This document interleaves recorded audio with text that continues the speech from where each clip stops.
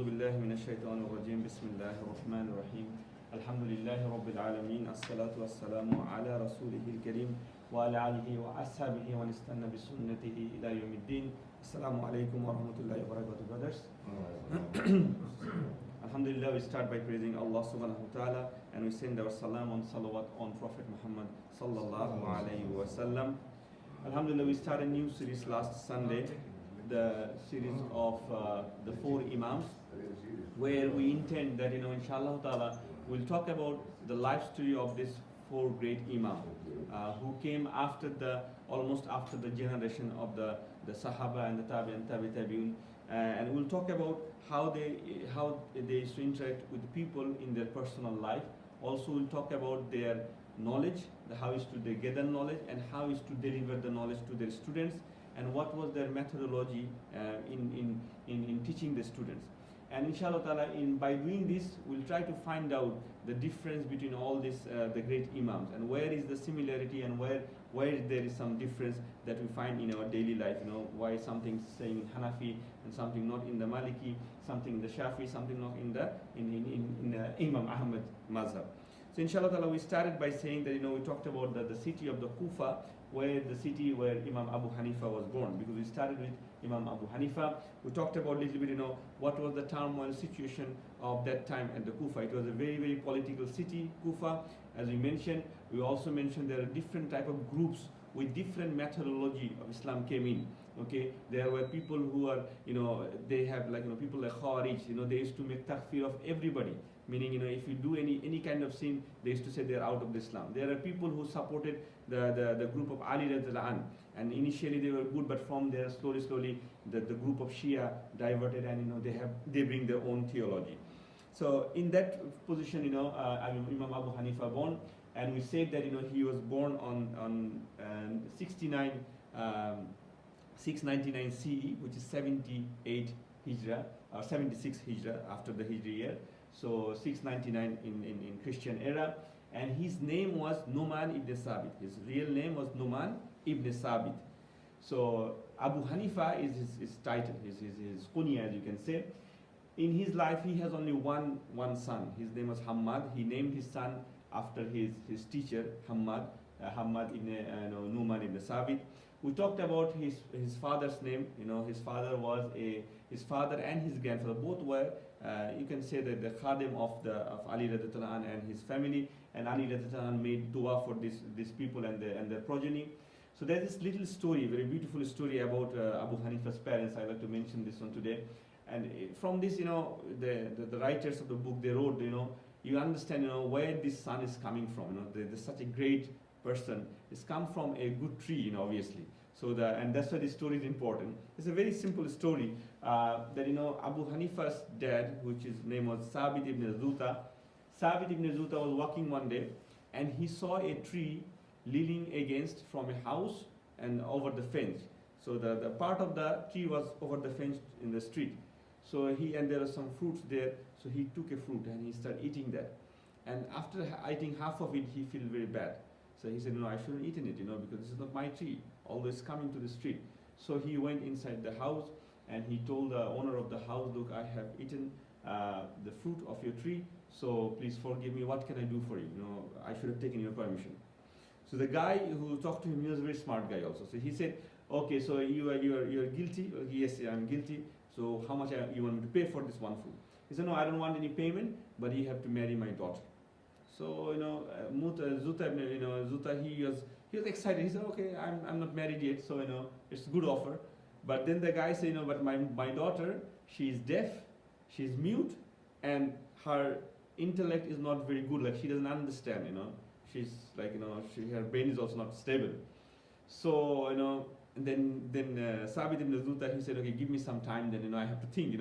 Now this offer is not very good. So, but he think about it, and he think, he said the taqwa in his heart, and he said, Allah subhanahu wa ta'ala probably will, cause me great trial because of this fruit. It's better that I accept this offer, and maybe Allah subhanahu wa ta'ala will bless me in some other way. So he said, okay, I accept your offer. So yes, I want to see your daughter, and I will marry her. So he went inside the room, and he said, assalamu alaikum, just as a habit. He know that he won't get any reply because she can't talk. and she can't even listen. But the lady, she replied, and she said, Wa alaikum assalam. And she was shocked. And he saw, and she's a beautiful lady, and she said, your dad said, like, the owner of the, he didn't even know that he's her dad. He said, the person said, okay, yeah, he's my dad. And he was looking for a good person. And when he came back with just by eating it, fruit, in this time, it's very hard to find a man like this. And my father didn't tell you lie, actually. He said, I'm deaf. Yes, I'm deaf from all these things that is not beneficial for me. If someone doing giba in front of me, someone doing, gossiping and everything, I'm deaf to all these things. And I'm mute. Yes, I can talk, I can talk anything that dislike to Allah subhanahu wa ta'ala. And also my intellect, I don't use my brain on those matters that are not beneficial to me. So she is also a righteous lady, righteous woman. So they got married, and from them, Abu Hanifa came. And we don't know much about the Abu Hanifa's other brothers and sisters. So looks like they didn't have too much of children. Maybe that's why one of the children that Abu Hanifa was mentioned. So in his personal appearance, Abu Hanifa, he was a very tall and handsome looking guy, because although his father is from Afghanistan, a lot of the narrations say the mother is from some part of the Arab land. So with this mix, he was a very good looking person.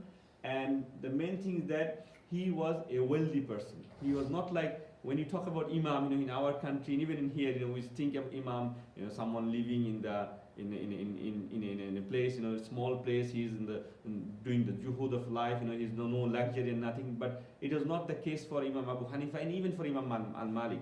Both of them were very, very wealthy person, because he got the wealth from his father, because his father was a silk trader. And his father was, as you can see from the story, his father was a man of righteous. He's a righteous man. He's a man of taqwa. He has a good reputation that he was never ever cheating with his clothes, his products. Okay, and also he is a man of taqwa, so never lied or anything. And this went to Abu Hanifa. So Abu Hanifa, at a very early stage, like when he was 12 or 13 years old, he was helping his father. And as you all know, even from the story of the life of Prophet Muhammad, you see that Sahaba who are like 12, 13 year olds, they work like even we can't think when you were like 40 and 50 years old. They used to go to battle in 13 years old and 14 years old. So at that time, even if you're 12 or 13 years old, he's completely like an adult person. So he developed all this quality. He then took over from his dad. His dad passed away, and he took over from that the silk trading, the clothing business. So he has not started his journey to the knowledge at that time. So he was probably 16, 17. He completely took over the business, but his quality was he never lied. He never take advantage from the ignorant customer. So if customer comes and they don't know anything about the clothes, he used to give them the full details of the things. Not like us, we go to the shop and people say so many things that we don't know about the products, and then we just buy it. They just try to sell their products. He never used to take profit from the poor customers. He and another thing that he used to sell on fixed price, no bargaining. He never used to like bargaining. So someone came, he said, okay, how much is this cloth? He says 500 dirham. If you like it, you take it. If you don't like it, I cannot give anything less than that. So that's what his thing. And if a poor customer comes, he gives to the cost price. So he has a price that's more than the cost price for his profit. But for the poor customer, he has no profit, nothing like this. And he never swear or praise his product.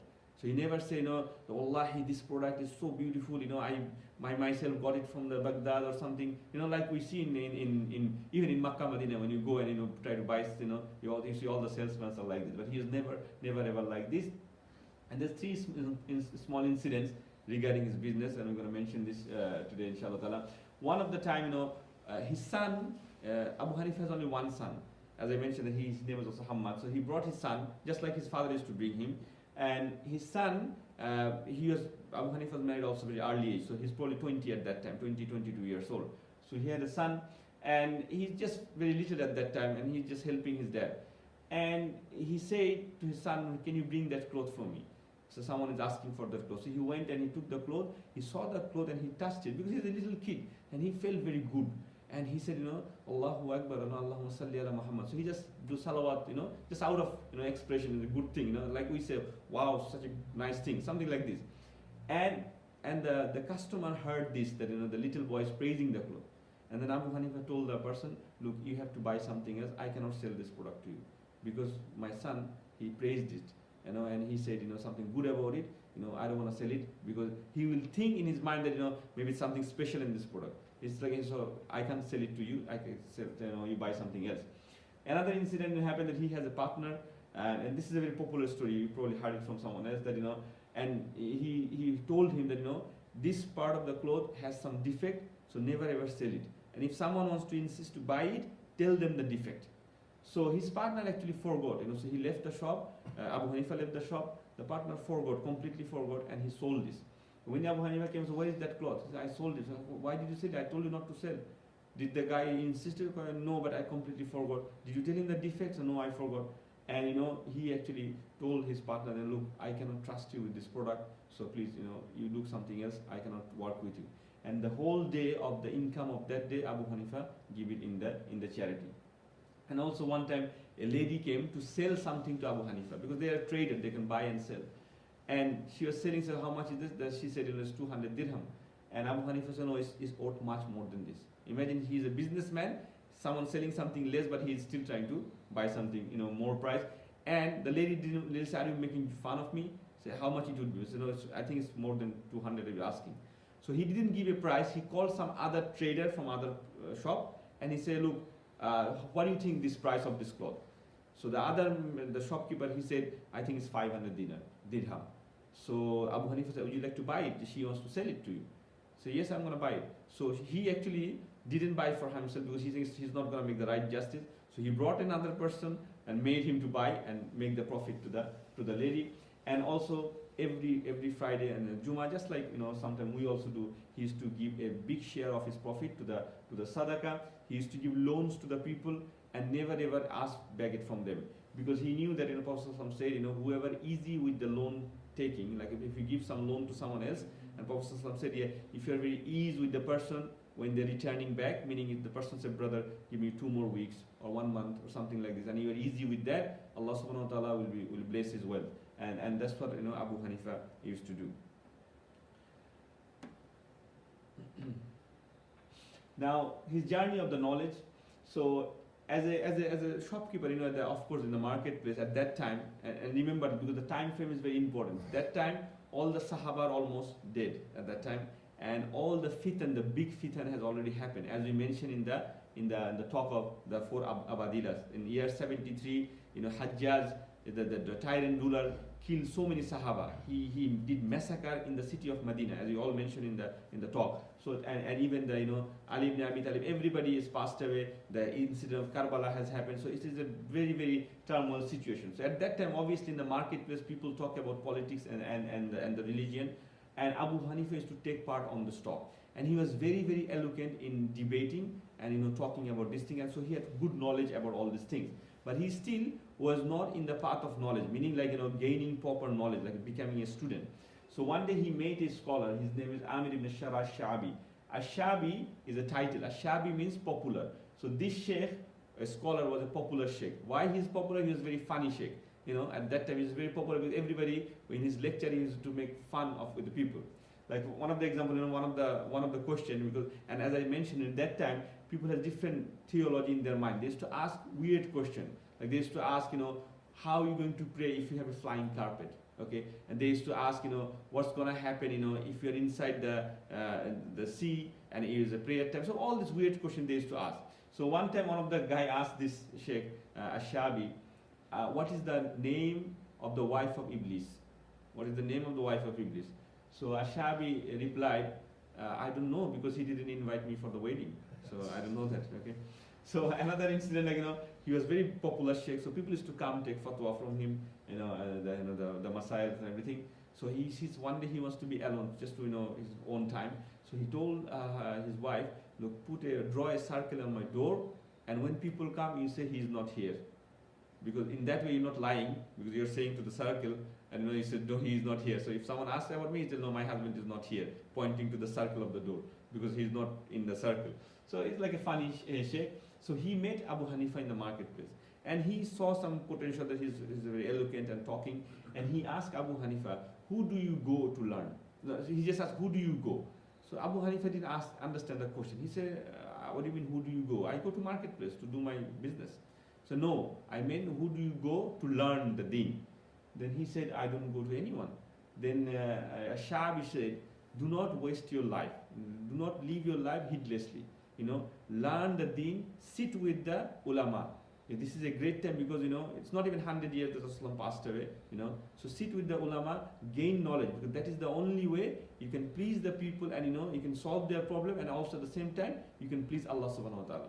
So Abu Hanifa later on, he told his student that this is the one conversation that turned his heart away, turned his heart to the point of knowledge, and he always remembered that, Ashabi's conversation, and that happens with all of us probably, sometimes we are in a gathering, some people say something, and from that day, we understand, we realize something, something ring our bell in the head, from now, we have to do our salah properly, we have to do our deen properly, and it happens to, more or less. So that is the scholar who did this one, and then he asked Ashabi, what should I read? What should I seek knowledge for?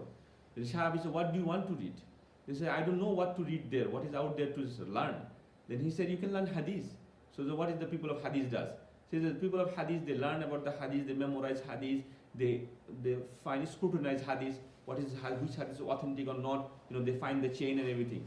Then he said, okay, what else there? He said, there is tafsirul Quran. You can learn Quran and explain to the people. And they said, okay, what is else there? He said, there is fiqh. So what is fiqh? So Ashabi said, fiqh is you go and talk to the people, know their problem, come back to Quran and Sunnah and find out the solution from the Quran and Sunnah to this problem. And Abu Hanifa liked it. He says, I want to do this one. Which teacher I should go? Should I come to you? He said, no, there is another teacher. You can come to me also, but there's another teacher. His name is also Hamad ibn Abi Sulaiman. That's why his son, his name is Hamad. And he went to Hamad and he studied with him for 10 years. 10 years he is sitting on only one teacher. And he said after 10 years that one day my nafs said that I learned a lot now, I should have my own halakha, everything.